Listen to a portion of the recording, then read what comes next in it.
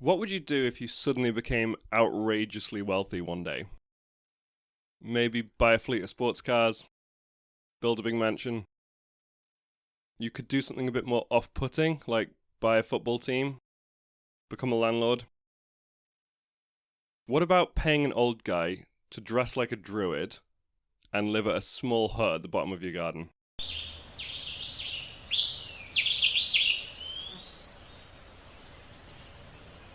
The concept of a wealthy person using a poor person as a kind of toy to amuse themselves has been going on for as long as the concept of wealth disparity has. But this particular type of human being-based amusement evolved from another rich person tradition, retreating away from your palace to a smaller, quieter home where you could hide from your responsibilities. Kind of like the poor person practice of hiding in the bathroom during work. Lots of powerful people have had these getaway residences, but the one we can trace the concept of the Garden Hermit back to is Emperor Hadrian. It's 118 CE, and the Emperor is in need of a break from building things and murdering senators. I need a damn holiday. So off to his out-of-town villa he goes. But what if he thinks there's still too many people? What does an emperor do when he's so sick of seeing people he doesn't even want a momentary glimpse of a servant? Well, he goes to a secluded retreat within his secluded retreat. Hadrian's villa had a tiny house on a pond, just big enough for one. An introvert's paradise. Now it's the 1500s, there's no Roman emperors, but there is one Pope Pius IV. He loved the idea of Hadrian's one-man retreat, and he has one built for himself. This idea is liked, and copied, by people all over Italy, and subsequently the rest of Europe. Suddenly having your own area to be undisturbed and alone becomes very much the thing to have among the bigwigs of the Renaissance. The practice spreads to the Atlantic archipelago, where things start to get strange. Having a hermitage to contemplate nature or just be melancholy in was very much part of garden fashion at the time. Eventually, someone gets the idea that the hermitage shouldn't be used by the owner themselves, but by some dishevelled lower-class man that they'll pay to live there. So this idea didn't start in Britain, as far as I could tell the French invented it, but the idea really starts to take off among the English aristocracy.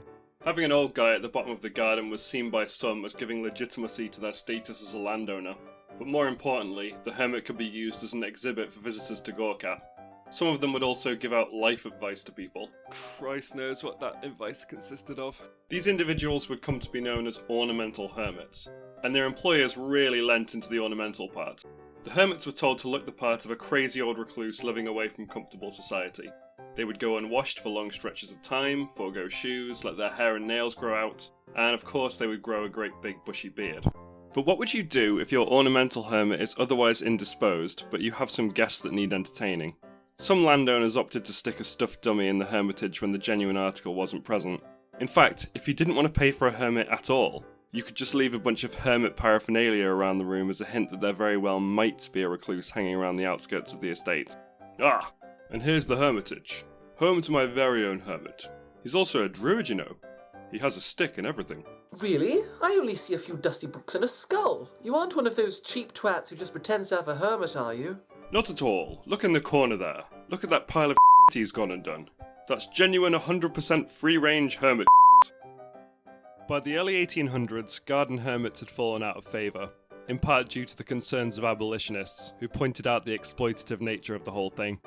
Alongside the protests of these pesky moral crusaders, the entire concept of dedicating a space in the garden to being intentionally lonely and sad started to become unfashionable.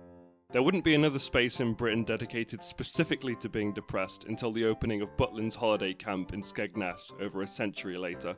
So that's it for Garden Hermits. There's no more officially in existence. Although knowing what we know about billionaires these days, who's to say there aren't some out there still? We can only hope not. My main source of research for this video was the book The Hermit in the Garden by Gordon Campbell. Towards the end of the book, he suggests the modern garden gnomes are a kind of spiritual successor to the ornamental hermit, and I suppose gnomes are at least slightly less off-putting than having a living human in your garden, so in my opinion that's a welcome development. Okay, that's it for this one. Do all the usual stuff, subscribe, like, hit the bell, all that jazz. Lastly, do not use this video as a source for anything. Bye!